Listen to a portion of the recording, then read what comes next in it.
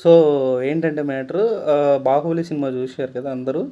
అట్లయితే ఒకసారి 'game of Thrones' cinema చూడండి. నేను 'గేమ్ ఆఫ్ థ్రోన్స్' కంప్లీట్ చేశాను సిరీస్. ఒక 4, 5 డేస్ అవుతుంది. మన 'బాహుబలి' రిలీజ్ కాక 2 ఇయర్స్, 3 ఇయర్స్ ముందే సీజన్స్ మొత్తం కంప్లీట్ అయిపోయినాయి 'గేమ్ ఆఫ్ థ్రోన్స్'లో. బట్ మ్యాటర్ ఏంటంటే ఈడ మన 'బాహుబలిలో' ఉన్న ప్రతి సీను 'గేమ్ ఆఫ్ థ్రోన్స్' నుంచి ఇన్స్పైర్ అయ్యి తీశారు. అండ్ అలాగే ప్రతి ఆ స్టోరీ కూడా మ్యాక్స్ అదే. అక్కడ ఏంటంటే 'game of Thrones' night mares అని ఒకడు ఉంటాడు. అది డెడ్. వాళ్ళు ఒక 1,00,000 మంది ఉంటారు. ఈ జాన్స్‌ను చంపడానికి వస్తే జాన్స్‌ను రాజ్యం ఒక 25,000. వాళ్ళని ఎలా ఓడించారనేది 'గేమ్ ఆఫ్ థ్రోన్స్' సినిమా. మొత్తం రాజ్యాన్ని మొత్తం ఏకం ఎలా చేశారనేది.